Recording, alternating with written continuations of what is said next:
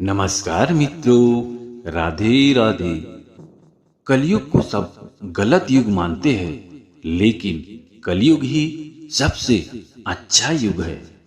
चलिए जानते हैं। इसलिए विष्णु पुराण में कहा गया है कि कलयुग सबसे अच्छा युग है। सनातन धर्म और वेदों में 4 युगों की मान्यता है। माना जाता है कि सतयुग में स्वयं देवता किन्नर और गंधर्व पृथ्वी पर निवास करते थे। हमारे धर्म ग्रंथों में किन्नरों और गंधर्व के बारे में विस्तार से बताया गया है। सतयुग के बाद आया त्रेता युग। इस युग में भगवान श्री राम ने जन्म लिया और वह स्वयं श्री हरि विष्णु का अवतार थे। फिर भी द्वापर युग की शुरुआत हुई और इस युग में भगवान विष्णु ने श्री कृष्ण के रूप में जन्म लिया। द्वापर युग में श्री कृष्ण ने जिस तरह से लीलाएं रची, उनके बारे में प्रबुद्ध लोगों का कहना है कि भगवान इन लीलाओं के जरिए मानव मात्र को कलयुग में जीवन यापन का पाठ पढ़ा रहे थे। कलयुग का कालखंड सबसे छोटा माना गया है और माना जाता है कि कलयुग में भगवान विष्णु का 10वां अवतार होगा, जिसका नाम होगा कल्कि। वर्तमान समय में कलयुग ही चल रहा है। विष्णु पुराण कलयुग के वर्णन करते हुए कहा है कि कलयुग में पाप इतना अधिक होगा कि सृष्टि का संतुलन बिगड़ जाएगा।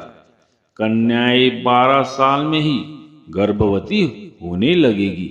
मनुष्य की आयु औसतन 20 वर्ष हो जाएगी। लोग जीवन भर की कमाई एक घर बनाने में लगा देंगे। इन सबके बावजूद जब पराशर ऋषि से सभी देवताओं ने पूछा कि सभी युगों में कौन सबसे बढ़िया है, तो ऋषि ने देवव्यास जी के कथनों का जिक्र करते हुए समझाया कि सबसे उत्तम कलयुग है। आइए जानते हैं व्यास जी ने विष्णु पुराण में क्यों कहा है कलयुग को धन्य और सबसे उत्तम।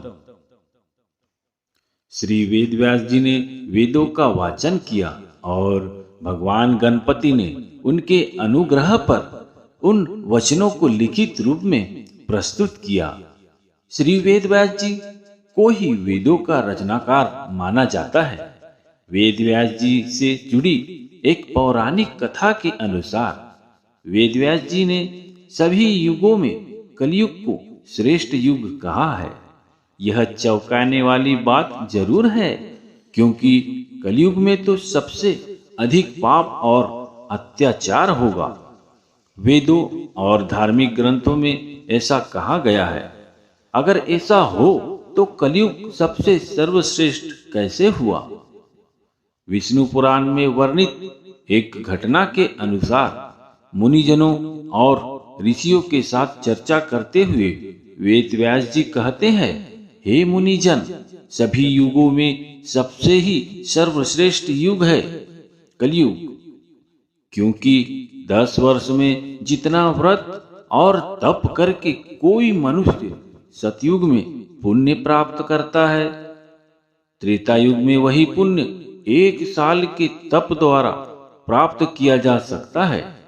ठीक इसी प्रकार इतना ही पुण्य द्वापर युग में 1 महीने के तप से प्राप्त किया जा सकता है, तो कलयुग में इतना ही बड़ा पुण्य मात्र 1 दिन के तप से प्राप्त किया जा सकता है।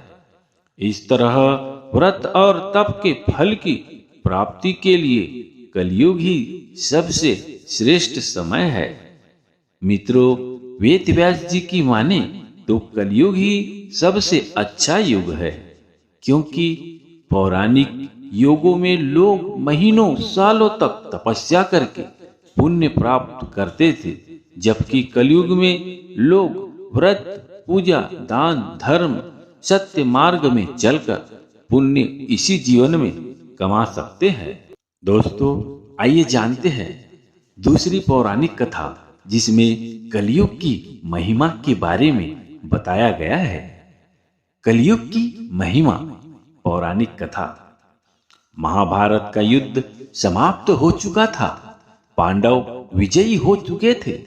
महाराज युधिष्ठिर ने बहुत से अश्वमेध यज्ञ भी करवाए, लेकिन फिर भी जब उनका शोक दूर नहीं हुआ तो उन्होंने वैराग्य धारण करने के बारे में सोचा। श्री कृष्ण जी भी तब तक अपने धाम को प्रस्थान कर चुके थे। उन्होंने अभिमन्यु पुत्र श्री परीक्षित जी को राज्य देकर अपने भाइयों और द्रौपदी के साथ महायात्रा के लिए वन में निकल गए।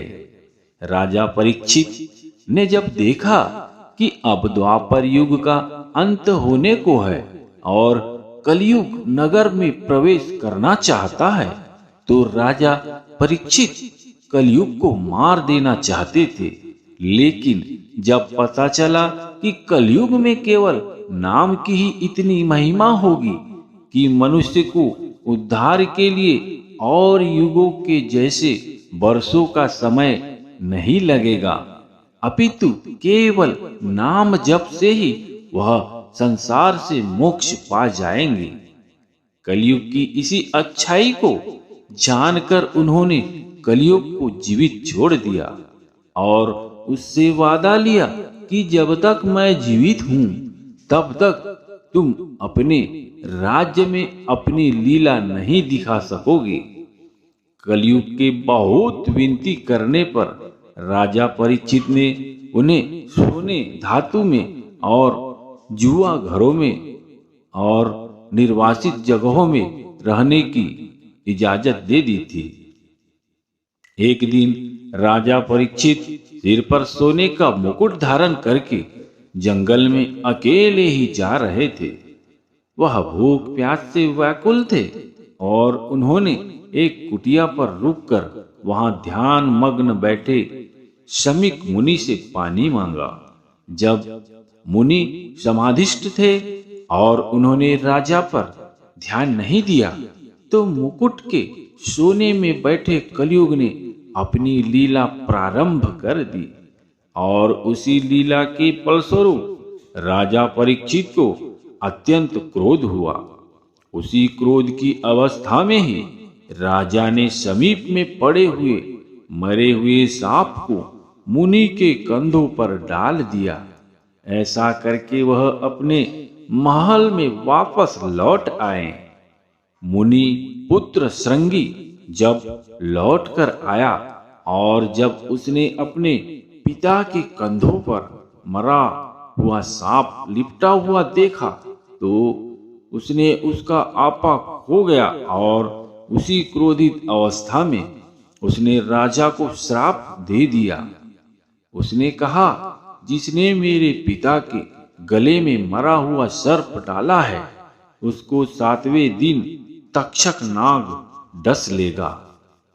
शमीक ऋषि के समाधि टूटने पर जब उन्हें इन सारी घटनाओं का ज्ञान हुआ, तो उन्होंने अपने पुत्र को बहुत डांटा। उन्होंने अपने पुत्र को समझाया कि हमारे धर्म परायण प्रजासत्सल महाराज के साथ तुम्हें ऐसा नहीं करना चाहिए था। लेकिन अब क्या हो सकता था, तीर तो कमान से निकल ही चुका था। अब किसी भी तरह से श्राप तो वापस नहीं हो सकता था। महल में पहुंचने पर जब राजा परीक्षित ने अपना मुकुट उतारा, तो उन्हें भी अपने कृत्य का भान भी हुआ और अत्यंत दुख भी हुआ। शमीक ऋषि ने बड़े व्यथित हृदय से अपने शिष्य के द्वारा पुत्र द्वारा दिए गए श्राप का सारा वृत्तांत राजा को कहलवाया। अब राजा परीक्षित का मन भी बेहद संतप्त हो उठा था। उन्होंने अपने पुत्र जन्मेजय को राज्य दे दिया और खुद भागीरथी के तट पर अनाहार व्रत का संकल्प लेकर श्री कृष्ण के चरणों में अपना ध्यान लगाकर बैठ गए। जैसे ही सब मुनियों ने उनके आगमन का समाचार सुना तो बहुत से ब्रह्मर्षि, राजश्री, देवर्षि और संत जन भी भागीरथी के तट पर पहुंच गए और उन्हें मोक्ष के लिए ज्ञान देने की चेष्टा करने लगे। लेकिन महाराज परीक्षित का मन शांत नहीं हो पा रहा था। थोड़ी देर बाद वहां पर एक 16 वर्षीय दिगंबर अवधूत, जो कि बेहद तेज युक्त थे, वह पहुंचे। उनका नाम सुखदेव था। उन्होंने राजा परीक्षित जी को समझाया कि मोक्ष की इच्छा रखने वाले प्रत्येक व्यक्ति को श्री हरि नाम का संकीर्तन करना चाहिए और केवल उनका ही चिंतन और स्मरण करते रहना चाहिए। बहुत सी कथाओं को सुनाकर उन्होंने अपनी बात की पुष्टि भी करी। महाराज परीक्षित द्वारा उनसे श्री हरि कथा अमृत को सुनाने के लिए प्रार्थना की गई तो श्री सुखदेव जी ने एक सप्ताह में उनको श्रीमद् भागवत की कथा सुना दी। इससे राजा को बहुत शांति मिली और उन्होंने मोक्ष की प्राप्ति कर ली। उनकी यह कथा को सुनने से हमें हरि नाम संकीर्तन, चिंतन और स्मरण करने की महत्ता का पता चलता है। तो दोस्तों, ये थी कलयुग के बारे में कुछ ऋषि मुनियों की पौराणिक कथाएं। उम्मीद करता हूँ आपको अच्छा लगा होगा। तो मेरे इस वीडियो को लाइक करके इस चैनल को सब्सक्राइब जरूर कीजिए। मिलते हैं अगले वीडियो में, तब तक के लिए अपना ख्याल रखिए। जय श्री कृष्णा। राधे राधे।